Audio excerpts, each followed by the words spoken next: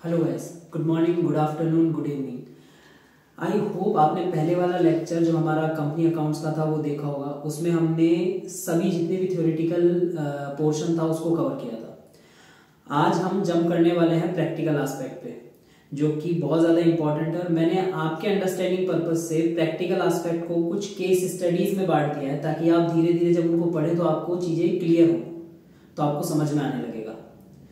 चलिए शुरू करते हैं। सबसे पहले इधर देखिए, मैंने आपको ये बताया था कि कंपनी पब्लिक से फंड रेज करती है, इसलिए ताकि उनको बिजनेस करने के लिए पैसा मिले, और बदले में पब्लिक को ऑफर करती है वो शेयर्स दो तरीके से इशू किए जाते हैं। पहला, शेयर इशू एट पार, मतलब इधर देखिए, when a company issue share eight their face value. Face value क्या होता है बेटा? उस शेयर का एक्चुअल वैल्यू, जिससे उस शेयर को पब्लिक को दिया जाएगा। फेस वैल्यू उसको कहते हैं जो कि एक नॉमिनल अमाउंट होता है, ठीक है, जैसे नॉमिनल वैल्यू की जाती है। फॉर एग्जांपल, आपका टाटा का एक शेयर 10 रुपए का है, तो वो 10 रुपए उसका फेस वैल्यू माना जाएगा। इधर देखिए, फेस वैल्यू 10 रुपए का है, इशू प्राइस भी 10 रुपए का ही होगा। एट पार का मतलब जितने का फेस वैल्यू है, इशू उतने पे ही किया गया है। ओके, फॉर एग्जाम्पल, कंपनी ने बोला भाई 10 का शेयर है, 10 ही दे दो। ओके, 10 का शेयर है, 10 ही दे दो, मतलब 10 रुपए का हमारा शेयर है, इसके बदले में हमें 10 रुपए ही चाहिए, उससे ज्यादा कुछ भी नहीं चाहिए, ना ज्यादा ना कम, ठीक है, सीधा फेस वैल्यू पे शेयर दिया जाएगा। दूसरा होता है शेयर इशू एट प्रीमियम। आपने प्रीमियम पे इशू किया। फॉर एग्जाम्पल, मार्केट के अंदर कितनी सारी कंपनीज ऐसी हैं जिनकी रेपुटेशन बहुत अच्छी है। लेट्स सपोज एमआरएफ के शेयर इतने महंगे क्यों है? क्या एक्चुअल में कोई शेयर 1 लाख के ऊपर हो सकता है? बट उसका शेयर है। क्यों है? क्योंकि उसका शेयर, उसकी गुडविल बहुत अच्छी है, उसकी रिलायबिलिटी बहुत अच्छी है, या मार्केट में हम ये कह सकते हैं कि उसका नाम बहुत अच्छा है। और जिसका नाम अच्छा है, ऑब्वियसली वो बहुत महंगे में ही बिकेगा। चीज अगर अच्छी होगी तो उसके प्राइसेस अपने आप हाइक हो जाएंगे। तो ये जो प्राइस हाइक हुए ना बेटा, ये प्राइस ही कहलाते हैं प्रीमियम। ठीक है, कोई भी ऐसी चीज जो उसके एक्चुअल वैल्यू से ऊपर की तरफ बिके। फॉर एग्जाम्पल, लेट्स सपोज ये मार्कर 10 रुपए का है, बट इस मार्कर से अगर हम पढ़ाते हैं तो इससे राइटिंग अच्छी आती है, या ये नॉन एल्कोहलिक है, या इसके अंदर थिनर की स्मेल नहीं आती है, तो ये इसकी अच्छी क्वालिटी हो गई, जिसके कारण ये 10 रुपए का मार्कर है, लेकिन इसको फिर भी लोग इसको 12-15 में खरीद लेंगे, उनकी इच्छा है, क्योंकि ये प्रोडक्ट अच्छा है, ठीक है, या इसकी गुडविल अच्छी है मार्केट में। तो कोई भी इंसान एक्स्ट्रा पैसा कब देना चाहेगा? जब उस प्रोडक्ट की क्वालिटी अच्छी हो, या उस प्रोडक्ट की गुडविल अच्छी हो मार्केट में, या मार्केट में ओवरऑल वो प्रोडक्ट प्रीमियम लेवल पे चल रहा हो। तो इधर देखेंगे बेटा, when a company issue share at price higher than the face value. अगर फेस वैल्यू से ऊपर आप कंपनी कोई शेयर इशू करती है तो उसे हम कहेंगे प्रीमियम पे इशू किया है। फेस वैल्यू 10 रुपए है, इधर इशू प्राइस 12 है, तो ये जो 2 रुपए एक्स्ट्रा के गए हैं ना बेटा, ये आपका प्रीमियम का हिस्सा है। ठीक है, इसका एग्जांपल देखेंगे। कंपनी के नाम पे मार्केट क्रेजी है, मतलब बहुत ज्यादा ही बूम है उस कंपनी का, तो 10 रुपए का शेयर भी 12 में बिकने को राजी है। ठीक है बेटा, एक्स्ट्रा 2 है ना, ये प्रीमियम पे है और ये प्रॉफिट है कंपनी के लिए। ठीक है, ये एक स्पेशल अकाउंट में जाएंगे जिसको हम क्या कहते हैं, सिक्योरिटीज प्रीमियम बोलते हैं। ठीक है बेटा, सिक्योरिटीज प्रीमियम अकाउंट है, ये एक्स्ट्रा अमाउंट इसमें चला जाता है। अब सी केस देखेंगे। ये जितने भी केसेस है ना बेटा जो हमने पढ़ा है, सबसे पहला केस था हमारा शेयर इशू एट पार, दूसरा था शेयर इशू एट प्रीमियम। इनकी अकाउंटिंग कैसे होंगी वो हम देखेंगे, पहले हम ये समझेंगे कि ये होता क्या है। ठीक है, अभी हम सी नंबर पे हैं। Share issue and share holder fail to pay allotment और कॉल मनी। समझना बेटा, आपने शेयर इशू कर दिया। अब शेयर इशू किया तो आपके पास एप्लीकेशन का अमाउंट तो आ गया, लेकिन एप्लीकेशन के बाद अगर आपने दूसरे कॉल मांगे, अलॉटमेंट पे पैसा मांगा अलॉटमेंट के टाइम पे, और वो पैसा नहीं दे पाया, तो फिर क्या होगा? वो हम उस अमाउंट का क्या करेंगे, या जो हमें अमाउंट जो हमने मांगा और हमें नहीं मिला, उस अमाउंट को हम अकाउंट्स में कैसे दिखाएंगे, वो सब हम पढ़ेंगे। चलिए इधर देखिए, पहली बात, जो हमें पैसा नहीं मिलता है उसको हम कहते हैं कॉल्स इन अरियर। ठीक है बेटा, when some shareholder don't pay the amount due on allotment या call, कोई भी ऐसा शेयर होल्डर जो अलॉटमेंट पे या कॉल पे पैसा नहीं दे पाता है, ठीक है, तो उस जो पैसा जो कॉल हमने मांगी ना बेटा, उस कॉल को कहते हैं कॉल्स इन अरियर, ठीक है। कंपनी ने बोला भाई अलॉटमेंट का पैसा दे दो, शेयर होल्डर बोला थोड़ा रुक जाओ, ठीक है, उसने ये नहीं बोला मैं नहीं दे रहा। जब वो क्लियरली बोल देता कि मैं नहीं दे पाऊंगा तो हम शेयर फोरफीट कर लेते। शेयर फोरफीट मतलब हम शेयर को पूरी तरीके से खत्म कर देते, उनसे हम शेयर वापस ले लेते। पर इसने कहा थोड़ा रुक जाओ, मतलब ये आगे दे देगा नेक्स्ट कॉल पे या जो भी सब्सिक्वेंट कॉल होगी उस पे ये पैसा दे देगा। वो बाद में देगा या कभी नहीं देगा उसे बोलते हैं कॉल्स इन अरियर, मतलब जब भी देगा, ठीक है बेटा। केस नंबर डी देखेंगे, share issue and share holder पे कॉल मनी इन एडवांस। देखो सब बुरे नहीं होते, कुछ अच्छे लोग भी होते हैं हमारे जैसे, जो ये बोलते हैं कि ठीक है यार आप एक काम करो, आप बाद में भी तो लोगे, अभी ही हमसे सारा पैसा ले लो, ठीक है। फॉर एग्जांपल आपने एप्लीकेशन पे ही इतना पैसा दे दिया कि अलॉटमेंट और आपके सब्सिक्वेंट कॉल्स तक उससे चुक गए, ठीक है। खैर आजकल ये इन सब चीजों का जमाना रहा नहीं, ये पहले हुआ करते थे जब कंपनी कॉल पे पैसा मांगती थी, एप्लीकेशन पे मांगती थी, फिर अलॉटमेंट पे मांगती थी, फिर कॉल्स पे मांगती थी। आज के टाइम पे फेस वैल्यू पे शेयर इशू होते हैं, सारा अमाउंट पहले ही देना होता है आईपीओ के टाइम पे, ठीक है। तो आजकल इतना लंबा प्रोसेस होता नहीं है। चलिए इधर पढ़ते हैं, when a share holder pay before the due date of call, मतलब कॉल से पहले ही उसने हमें पैसा दे दिया, ठीक है बेटा। कंपनी ने बोला कॉल बाद में देना, शेयर होल्डर बोला मैं अभी दे देता हूं पूरा का पूरा, मतलब अपने जैसा ही आदमी था, सीधा साधा आदमी था, उसने पैसे देके फ्री किया। वो एक्स्ट्रा पैसा कॉल्स इन एडवांस अकाउंट में जाता है, ठीक है बेटा। ये एक नया अकाउंट बनता है कॉल्स इन एडवांस अकाउंट, उसमें जाता है और ये कंपनी के लिए लायबिलिटी है। कंपनी के लिए लायबिलिटी क्यों हुई?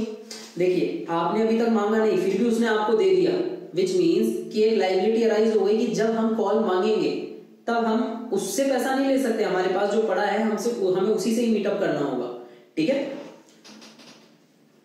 अब बारी आती है प्रोरेटा की। ये एक ऐसा टॉपिक है जो हर बच्चे को डरा देता है, मतलब ये टॉपिक इतना इजी है लेकिन बच्चों के दिमाग में पहले ही ये भर दिया जाता है यार प्रोरेटा ऐसा है, प्रोरेटा वैसा है। और ध्यान रखिएगा गाइस ये इंपॉर्टेंट टॉपिक भी है और ये इतना इजी है, जिस केस स्टडी से हम पढ़ेंगे उसमें आप देखेंगे कि आपको बहुत इजीली समझ में आएगा कि प्रोरेटा वर्क कैसे करता है। चलिए इसे पढ़ते हैं। When a company receive more application than the number of share available, मेरी कंपनी है ABC लिमिटेड।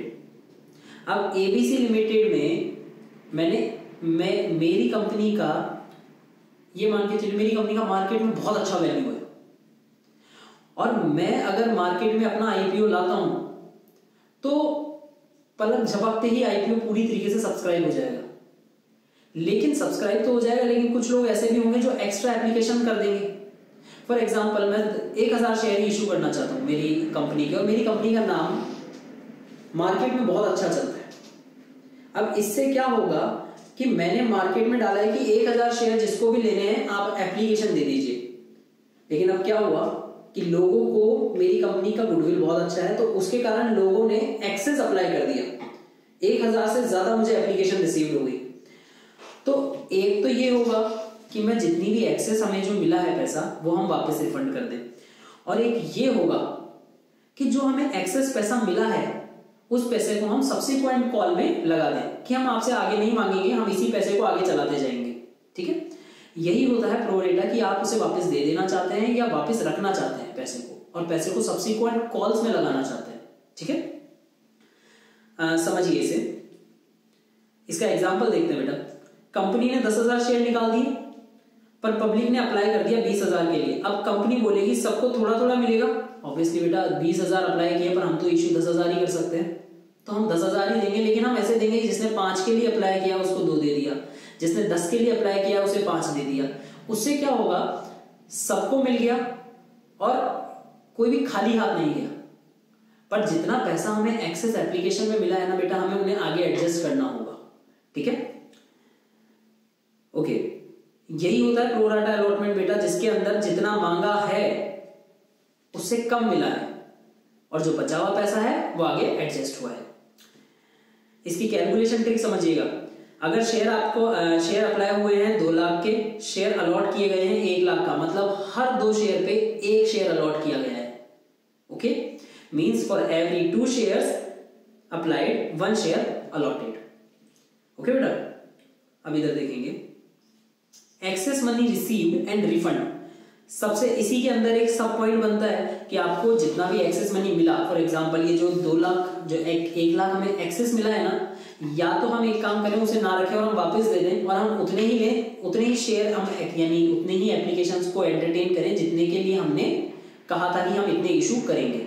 ठीक है, when a company gets extra money from applicant and return it back, public ने एक्स्ट्रा पैसा भेज दिया था, कंपनी बोली भाई ज्यादा भेज दिया तूने, वापस दे दे। ठीक है, ये पैसा तुम वापस रखो अपने पास। Excess money received and adjusted towards allotment, यहां पे हम प्रोरेटा कर रहे हैं। हमारे पास जो एक्सेस मनी आया है वो हमने दिया नहीं है, हमने बचा के रख लिया और अब वो पैसा हम आगे एप्लीकेशन के बाद अलॉटमेंट होगा, अलॉटमेंट के बाद first call and second call होगा, तो हम उनमें एडजस्ट करेंगे। ठीक है, मेरी बात समझिएगा, अगर क्वेश्चन साइलेंट है तो आप अलॉटमेंट तक ही पैसा एडजस्ट करेंगे, उसके बाद वो पैसा वापस कर देंगे अगर अलॉटमेंट के बाद भी कुछ बच जाता है। लेकिन अगर क्वेश्चन कह रहा है कि अलॉटमेंट तक तो आपको एडजस्ट करना ही है, उसके बाद सब्सिक्वेंट कॉल में भी एडजस्ट करना है, तो फिर आप पैसा वापस नहीं करेंगे, आप सब्सिक्वेंट कॉल्स में भी एडजस्ट करेंगे। अब देखते हैं यहाँ पे access money received and adjusted towards allotment. When extra money from the application is used to pay the allotment money, ठीक है, आपके पास जो ये एक्स्ट्रा मनी आया है ना बेटा from the application is used to pay the allotment money, हम इसी पैसे को अलॉटमेंट मनी देने के काम में ले लेंगे।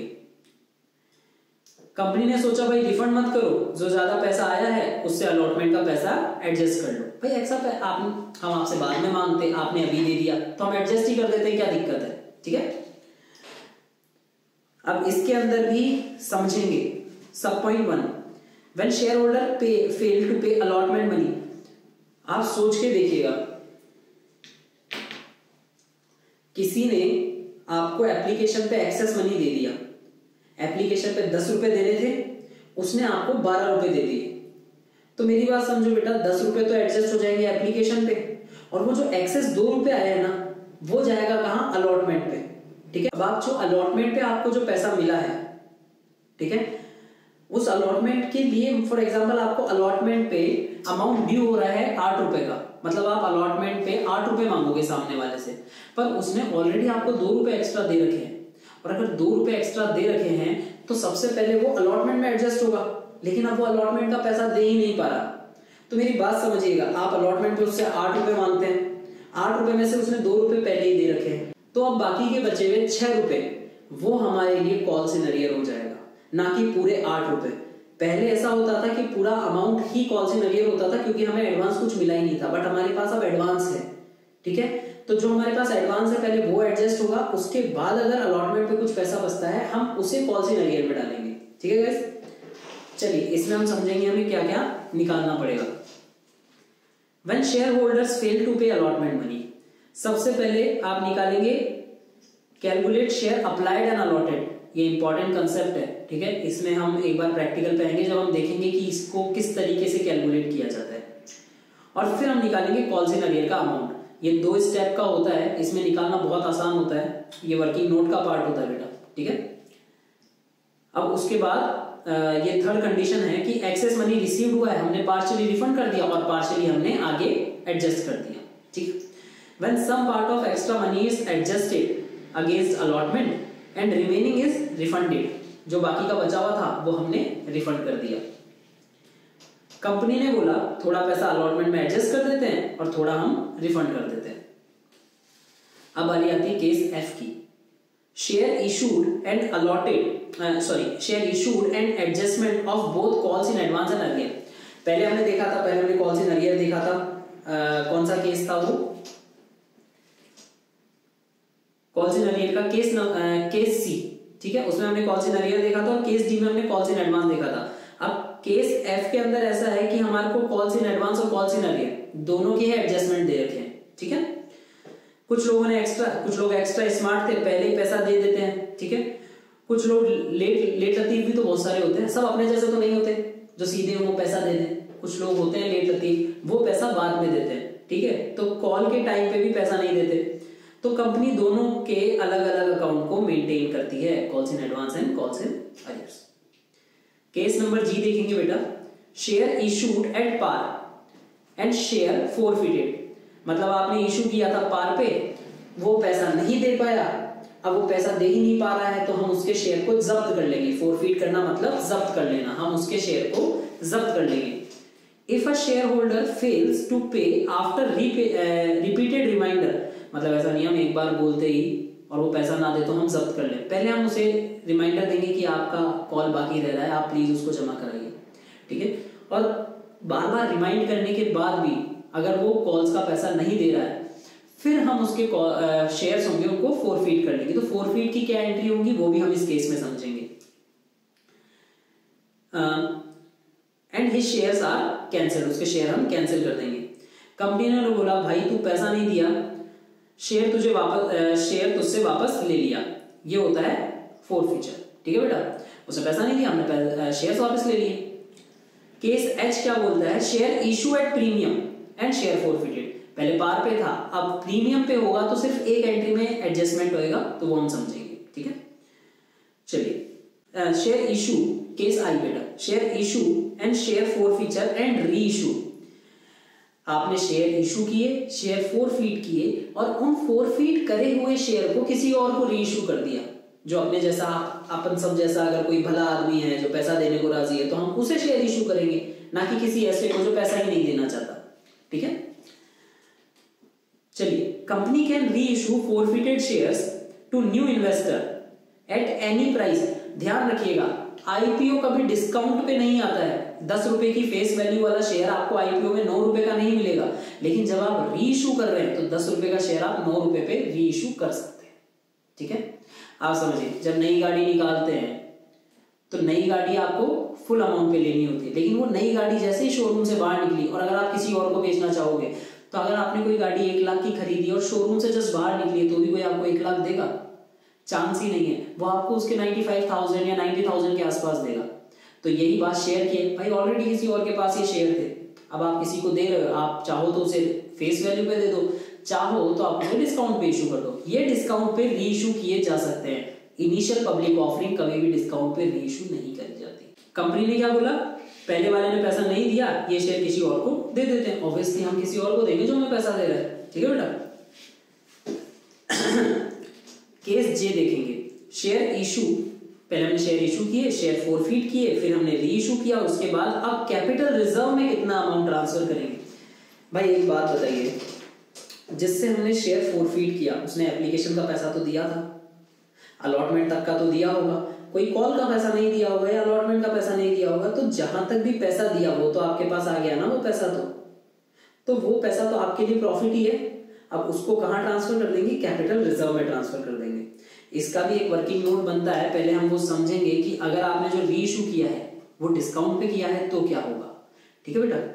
चलिए पढ़ते हैं। When forfeited shares are reissued, the profit on reissue goes to capital reserve। जो प्रॉफिट होगा ना बेटा वो कैपिटल रिजर्व में ट्रांसफर किया जाएगा। कंपनी ने बोला पहले वाले ने जो पैसा दिया था वो अब प्रॉफिट बन गया, ऑब्वियसली उसको तो हम वापस देंगे नहीं, ठीक है। पहले वाले ने जो हमें पैसा दिया वो अब हम उसको तो वापस देंगे नहीं, तो वो प्रॉफिट कहां ट्रांसफर होगा, कैपिटल रिजर्व में, ठीक है बेटा। और ये डिविडेंड के लिए नहीं होता। इसका फॉर्मूला क्या होता है, amount forfeited minus discount on री इशू। तो जो भी अमाउंट बचा वो हम कहां ट्रांसफर कर देंगे बेटा, कैपिटल रिजर्व में, ठीक है। चलिए आगे देखते हैं। अब इसके थोड़े प्रैक्टिकल को समझेंगे बेटा। सबसे ज्यादा इंपॉर्टेंट चीज यही है कि आप इनकी जनरल एंट्रीज में गड़बड़ ना कर दें। बच्चे जनरल एंट्रीज में गड़बड़ कर देते हैं, शुरुआत में उन्हें इजी लगता है, बाद में जब ये चीजें कॉम्प्लेक्स होती जाती हैं तो बहुत दिक्कत आती है। ये जितने भी केसेस हैं, ये 9 केसेस हैं, इन 9 केसेस में आपका पूरा जो कंपनी अकाउंट्स है वो कंप्लीट हो जाएगा। तो प्लीज मेरे साथ ये 9 केसेस तक आपको बने रहना है, ठीक है। चलिए हम केस नंबर ए पे जाएंगे। सबसे पहले हमारा केस ए क्या था, शेयर इशूड एट पार, मतलब 10 रुपए का शेयर था, 10 में ही हमने इशू करके फ्री कर दिया, ठीक है बेटा। चलो इसका इलस्ट्रेशन देखते हैं। एबीसी लिमिटेड है, ठीक है, उन्होंने एप्लीकेशन इनविटेशन दिया एप्लीकेशन का 10,000 इक्विटी शेयर्स का। 10 रुपए एक शेयर का भाव था बेटा। कैसे कैसे दिया जाएगा? एप्लीकेशन पे 3 रुपए, अलॉटमेंट पे 2 रुपए, फर्स्ट कॉल पे 2 रुपए और सेकंड कॉल पे 3 रुपए। एप्लीकेशन 1 अप्रैल को, 1 जून को, 1 अक्टूबर एंड 1 मार्च को। इंपॉर्टेंट चीज, आप अगर क्वेश्चन में डेट मेंशन है तो जब आप जर्नल एंट्री देंगे प्लीज उसके आगे 1st, 2nd, 3rd मत लिखिएगा। मोस्ट ऑफ द बच्चे ये गलती कर देते हैं, डेट मेंशन करना नहीं भूलेंगे। अगर आपने डेट मेंशन नहीं करी तो नंबर आपके चले जाएंगे, ठीक है? क्योंकि बच्चे क्या करते हैं, समझो आप लोग क्या करेंगे, इसको रट लेंगे। रटना नहीं है, आपको समझना है कि हमने कोई एंट्री क्यों करी है, उसके पीछे का लॉजिक हमें पता होना चाहिए, अदरवाइज कोई सेंस नहीं निकलेगा बेटा, ठीक है? Applications were received for 9,500 share. समझो आपने कितने इशू करने की बात करी थी, 10,000 के लिए आपने पब्लिक को ऑफर दिया था। पब्लिक ने उसमें से कितने सब्सक्राइब करे हैं? सिर्फ 9,500 share. And all the share were duly allotted, हमने वो सारे शेयर अलॉट भी कर दिए। All amount due on the share were received in full and on the respective due date. हमने जब जब पैसा मांगा हमें तब तब पैसा मिल भी गया। You are required to pass the necessary journal entries देनी है बेटा हमें इसकी। चलो, सबसे पहली एंट्री, आपको एप्लीकेशन पे पैसा मिला है। सबसे पहले आपने एप्लीकेशन, आपने कहा कि हम आईपीओ ला रहे हैं, आपने इशू ऑफर किया, तो जो पब्लिक है उन्होंने आपको क्या किया, एप्लीकेशन का पैसा दिया है, मतलब एप्लीकेशन दी कि हमारे को ये शेयर इशू करो। तो सबसे पहली एंट्री तो आपके पास बैंक में पैसा आने की हुई, और बैंक में पैसा किस नाम से आएगा? एप्लीकेशन के नाम से। तो इधर देखेंगे बेटा, bank account debit to share application, आपके पास बैंक में पैसा आ रहा है, ठीक है? बैंक में पैसा आ रहा है मतलब डेबिट व्हाट कम्स इन, और किस नाम से आ रहा है बेटा? शेयर एप्लीकेशन के नाम से, ठीक है? 28,500 ये अमाउंट कैसे आया है? 9,500 इंटू कितने का था बेटा? एप्लीकेशन 3 रुपए का एप्लीकेशन था, ठीक है? तो 9,500 इंटू 3, 28,500 आपको एप्लीकेशन पे पैसा मिला है। और ये डेट कौन सी थी? 1/4/2025। अब आते हैं, जो ये आपको एप्लीकेशन पे पैसा मिला है ये हम कहां ट्रांसफर करेंगे? शेयर कैपिटल पे, ठीक है बेटा? तो शेयर कैपिटल में ट्रांसफर करेंगे, तो share application account debit to share capital, ये हो गई बेटा इसको ट्रांसफर करने की एंट्री, ठीक है? अब आपको एप्लीकेशन मिल चुकी है, आपने वो एप्लीकेशन शेयर कैपिटल में ट्रांसफर कर दी है। अब हमें ये पता है कि किस किस से हमें पैसा मांगना है आगे आने वाली कॉल्स का। तो अब हम कॉल को ड्यू करेंगे, अलॉटमेंट के टाइम पे हम कॉल को ड्यू करेंगे। अलॉटमेंट हम कब मांग रहे हैं? 1 जून 2025 को, ठीक है बेटा? तो अलॉटमेंट पे सबसे पहले हम कॉल को ड्यू करेंगे। तो कॉल को ड्यू करने की एंट्री होती है share allotment to share capital, ठीक है? और ये कितना पैसा मांगेंगे आप? ये पैसा हो गया बेटा 9,500, और हम अलॉटमेंट पे कितना पैसा मांग रहे हैं? 2 रुपए, ठीक है? तो 9,500 इंटू 2, तो ये अमाउंट निकल के आ गया 19,000, ठीक है बेटा? हर अमाउंट कैसे आ रहा है, किस चीज से इंटू करने पे आ रहा है, आपको हर एक कैलकुलेशन पता होनी चाहिए। मन से आप किसी भी तरह का अमाउंट नहीं लिखेंगे। चलिए, आपने ड्यू किया मतलब आपने पैसा मांगा। सबसे पहली एंट्री थी एप्लीकेशन पे पैसा मिलने की, दूसरी एंट्री हुई एप्लीकेशन का पैसा ट्रांसफर करने की, तीसरी एप्लीकेशन अलॉटमेंट पे पैसा मांगने की। अब आपको अलॉटमेंट पे पैसा मिलेगा, तो आपने अलॉटमेंट पे पैसा आपको मिला है, तो हमें एंट्री क्या होगी? Bank account debit to allotment. आपको पैसा आया है और किस नाम से आया है? अलॉटमेंट के नाम से पैसा आया है। और कितना रुपए आ गए? हमें सारे मिल गए, कोई भी खराब आदमी रहा ही नहीं जिसने पैसे नहीं दिए, सारे अपने जैसे ही लोग थे, सबने पैसे दे दिए। अब हमारा बेटा एप्लीकेशन डन, अलॉटमेंट डन, अब बारी आती है फर्स्ट कॉल ड्यू करने की। तो हम फर्स्ट कॉल को ड्यू करेंगे। तो फर्स्ट कॉल ड्यू करने की एंट्री क्या होगी? समझो, इधर आओ, चलो देखते हैं। फर्स्ट कॉल ड्यू करने की एंट्री होगी share first call account debit to share capital. 2 रुपए का था, 9,500 के हिसाब से वही 19,000 का अमाउंट बेटा, ठीक है? और उसके बाद ये हमने ड्यू किया है, इस पे हमें अब अमाउंट मिलेगा। भाई हमने लोगों को बोला हमें फर्स्ट कॉल का पैसा दो, तो ये जो आपने बोला है ना फर्स्ट कॉल का पैसा दो, अकाउंटिंग लैंग्वेज को इसमें ऐसे लिखेंगे, share first call account debit to share capital, ठीक है? अब 1/10/2025 को हमें पैसा भी मिल गया, पूरा मिल गया। Bank account debit to share first call, किस नाम से पैसा मिला है? फर्स्ट कॉल के नाम से, तो हमने वो रिकॉर्ड कर लिया। अब आते हैं बेटा, अब हमारी last full and final call बची है, जो लास्ट वाली कॉल थी, सेकंड एंड फाइनल कॉल। तो कोई बात नहीं, हम इसको भी मांग लेते हैं। तो आपने पब्लिक से पैसा मांगा सेकंड कॉल का, उसकी एंट्री क्या होगी?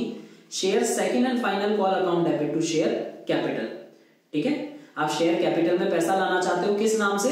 Share second call account. ठीक है, अब आपको सेकंड कॉल पे पैसा मिला, उसकी एंट्री, और सेकंड कॉल पे पूरा पैसा मिल गया। ठीक है, 9500 शेयर पे आपको 3 रुपए पूरे मिल गए बेटा।